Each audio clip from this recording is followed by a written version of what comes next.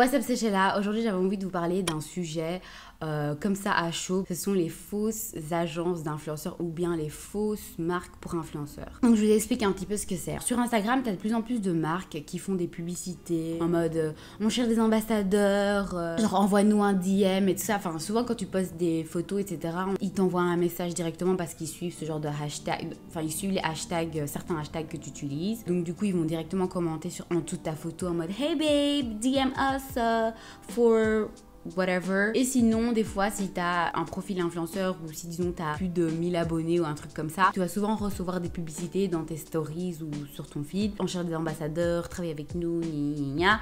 Bref, ils te vendent du rêve. Et en fait, je voudrais juste vous mettre un gros warning dessus parce que si une marque veut travailler avec vous, elle vous enverra un email. Et si elle vous enverra pas un email, elle vous enverra un DM, mais à un moment donné, vous allez communiquer par email.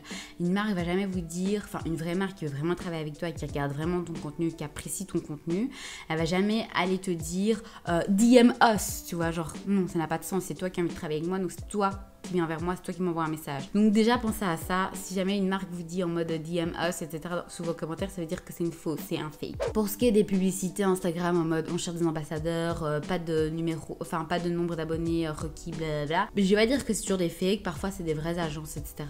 Mais quand ce sont des fakes, souvent ce sont des pubs qui sont lancées par une marque et la marque en gros va te proposer un deal et le deal c'est tu vas recevoir un produit gratuit à condition de payer un small shipping fee. Mais le shipping fee, en fait, c'est parfois des $30 de shipping fee. Donc, du coup, ils vont te donner un prix d'influenceur, tu vois, ou bien peut-être même le prix tout court.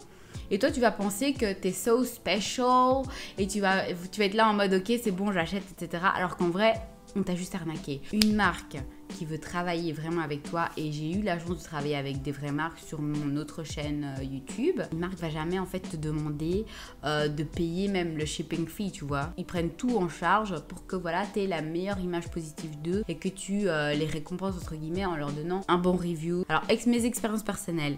Une fois, j'ai déjà commandé des lunettes. D'ailleurs, je pense que je les ai encore. Le site disait que les produits étaient gratuits, mais qu'on devait juste payer la livraison.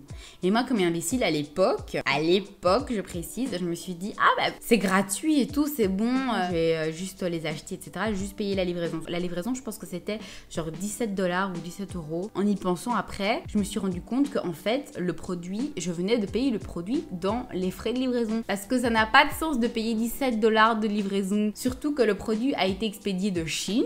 Quand il est arrivé, j'avais vraiment le seum. Je vous dis même pas, j'ai payé 17 € de livraison. Il a fallu 4 semaines pour que le produit arrive. Au moins 4 semaines. J'ai même plus compté à la fin. Clairement, c'était un produit de dropshipping. Ma deuxième mauvaise expérience, c'était avec une agence d'influenceurs. Alors, je crache pas du tout sur cette agence d'influenceurs, mais je trouve que c'est mal... Bref, je vous explique. Je ne sais pas si vous connaissez Dotbly. À un moment donné, il y a quelques années, ils faisaient plein de publicités comme quoi ils recrutaient des jeunes influenceurs, etc. Et ça arrive, hein. Il y a plein de marques qui veulent travailler avec des jeunes influenceurs.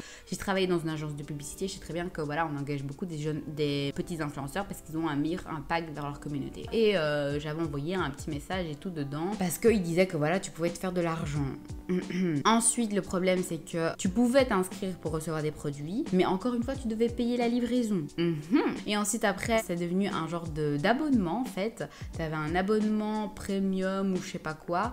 Et en gros, on te disait que tous les 3 mois, tu allais recevoir une box influenceur. Et ils demandaient ça tellement bien. Du coup, ils disaient que dans la box influenceur, ils avaient des marques avec lesquelles ils travaillaient. Souvent, c'était toujours la même marque. C'était une marque qui s'appelait Perditi. Et je me dis, mais c'est quoi ce délire? Pourquoi il y a toujours cette marque dans tous les produits? Perditi travaille que avec des influenceurs qui ont vraiment réussi leur communication niveau influenceur. Mais pour recevoir cette box, en fait, qui contenait je sais pas moi, une valeur de 49 €, de 100 €, de 79 €, je sais plus combien c'était. Et toi, tu vas seulement payer pendant 3 mois, enfin tous les mois en fait, 8,50 €, je sais plus combien c'était exactement.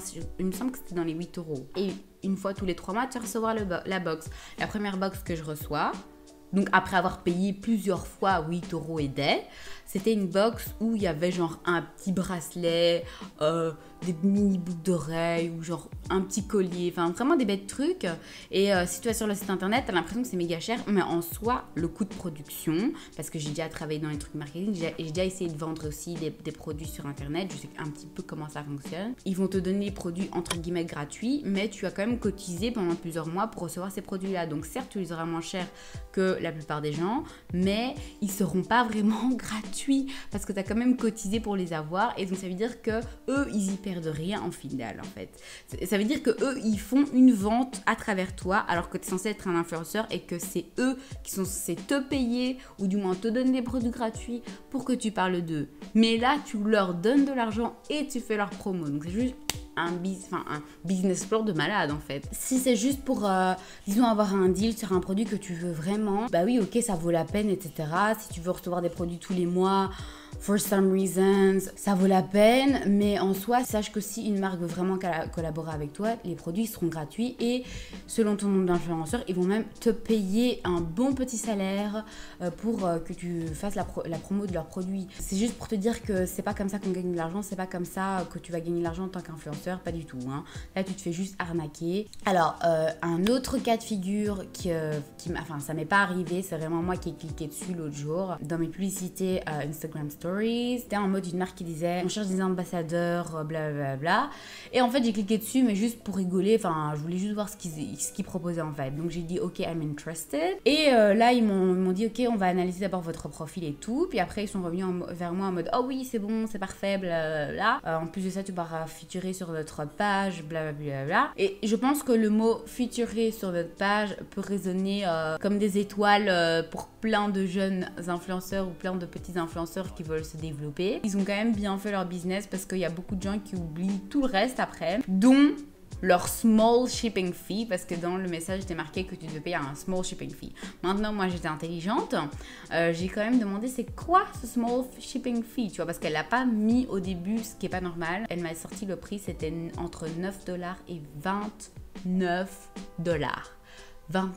C'est une blague. En général, on te les envoie chez toi. On va jamais te demander de payer 29$ de shipping fee. C'est le prix d'un produit, clairement. Normalement, les shipping fees, ils sont payés, ils sont calculés en fonction de ta zone géographique. La seule fois où j'ai vraiment dû payer un shipping fee de ouf, c'est parce que j'avais fait une commande chez Jaded London et c'était pas une commande en mode influenceur, c'était vraiment une commande personnelle. Et si tu es en dehors des UK, en général, c'est assez cher. Tu dois toujours payer un shipping fee de malade, et comme la Belgique ne se trouve malheureusement ni en France ni en Germany, mais entre les deux, on doit également payer un shipping fee de malade, genre comme les autres, comme le reste de l'Europe en fait, genre comme si quelqu'un qui habitait en Pologne en fait, je payais le même shipping fee.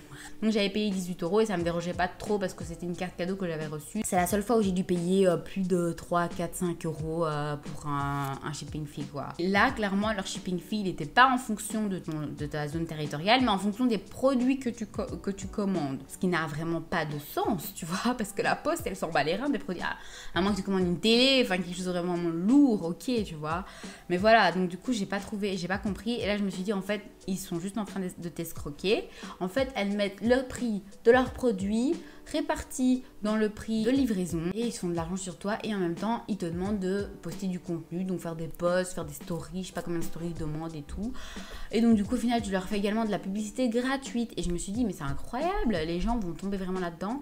Du coup je dis sur la page et je me suis rendu compte qu'en effet oui, la page avait plus de 200 000 abonnés, et il y avait plein de filles en fait oui qui avaient dépensé de l'argent, donc les 29 fameux dollars ou les 9$ ou les 15$, je sais pas, mais tu risques de rien du tout en fait. Ce genre d'entreprise, faut savoir que leur business plan, ce sont les influenceurs, tu vois. Genre dès le départ, ils pensent influenceurs, et c'est exactement, mais c'est un business malade de fou. J'ai jamais vu ça à l'école, à l'université. Franchement, les profs d'unif, vous faites quoi? En marketing, il faut apprendre ça. En économie, il faut nous apprendre ça.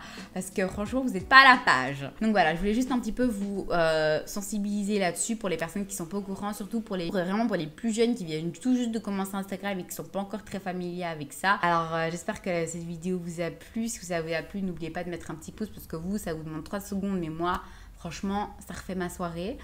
Donc voilà, et si vous avez kiffé, n'hésitez pas non plus à partager.